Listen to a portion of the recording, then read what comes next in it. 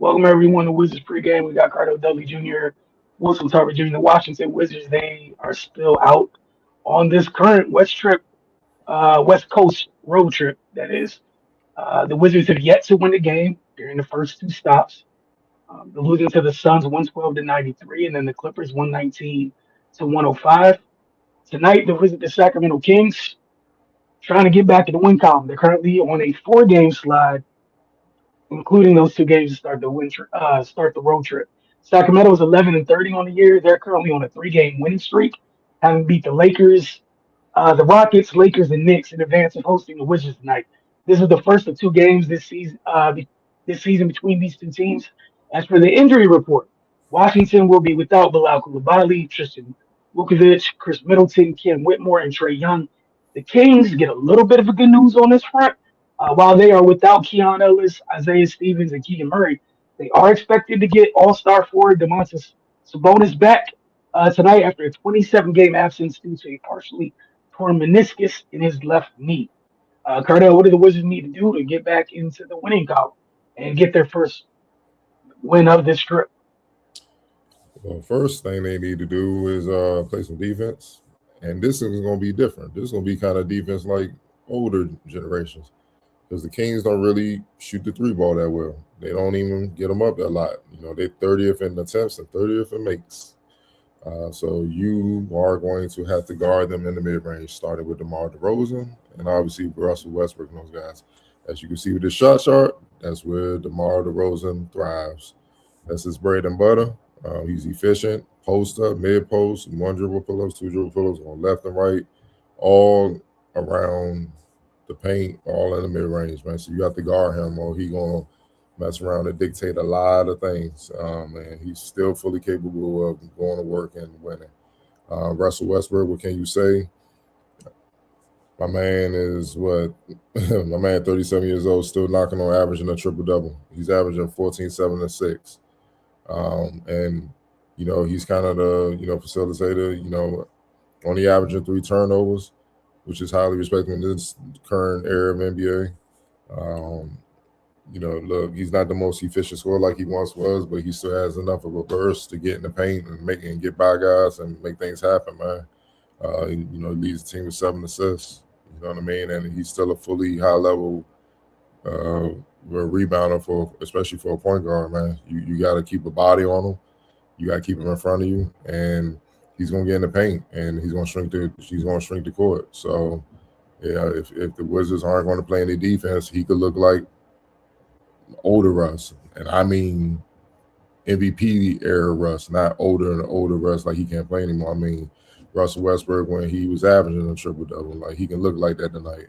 So they got to keep him off the boards. They got to cut off his passing lanes, and just keep him out on the perimeter, make him a jump shooter. And that's the best thing.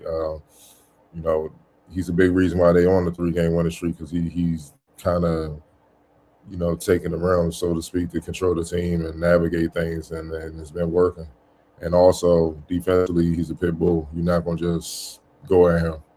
You know what I mean? He's the ultimate competitor. He always gonna be like that. So the guards, Trey, primary ball handlers, Keyshawn, those guys, they gotta be ready on both ends and do the little things, or he can disrupt the entire game in many ways.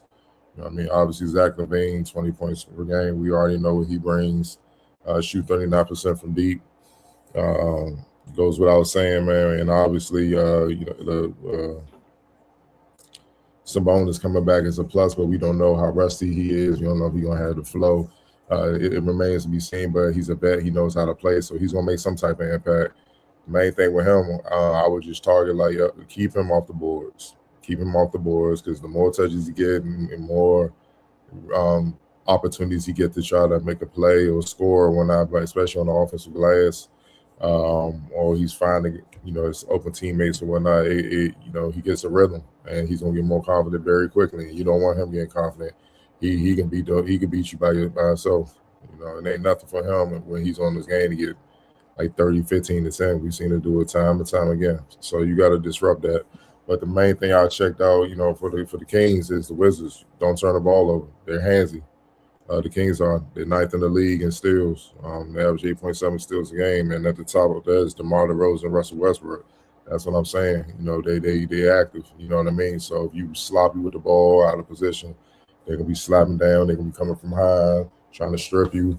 They're gonna do a number of things, man, to try to get opportunities to get out and get easy baskets, man. So other than that, these teams are pretty much similar and not in a good way. They both are in their ratings are not good on offense or defense. They both give up a lot of points. They both had their struggles. They both have throughout the season have been struggling to win. You know what I mean? So it's a lot. It's a lot of similarities, but the difference is the Kings have more proven veterans that have done it at a high level than the Wizards. So in a sense, this is still a test for the young Wizards. Yes, DeMar and Russ and those guys are older, but still performing at a reasonably high level. And if the Wizards don't come here with the right mindset and the right level of focus to execute on both ends, it'll be another L in the loss column. Yeah, just to piggyback on what you shared, that taking care of the ball is paramount and dealing with the physicality of Russ and DeMar. Those are two players who played with the physicality of an era before, these current guys. And in every way that they go about their business, they're overtly physical. You talked about there's a difference between them swiping down and other folks swiping down. Like you're going to feel them in everything that they do on both ends of the court. Another thing, Washington struggle with is playing without fouling. And DeMar just it's what he does. He's been in the league for quite a while, finding his way to the line, getting people off their feet. They got to stay disciplined and stay down. And like you said with Russ, credit to him for sparking the 3 game win streak for them. Washington has to be disciplined in that regard. Like you said, they are a lot. They do struggle, uh, as evident by one team being a 10-win team, another team being an 11-win team. Um, Still, if you're Washington, those little things matter, man. We've seen this. How many times have we got on here this season and talked about teams that are, near the top of the league in steals, near the top of the league in rebounds, and the type of impact they can have and how it can affect the outcome of a game for Washington. And then we watch the game, get on here afterwards and talk about it, and Washington doesn't take care of those things, and it literally is a great reason as to why they've fallen short at times when they deal with those teams. So yeah, the physicality is going to be huge. Anxious to see how it turns out. You had anything else for this one? All right. Y'all enjoy the game. And again, continue on this road trip. We'll check with you guys tomorrow morning after the Wizards wrap up things tonight for Wizards Outlook.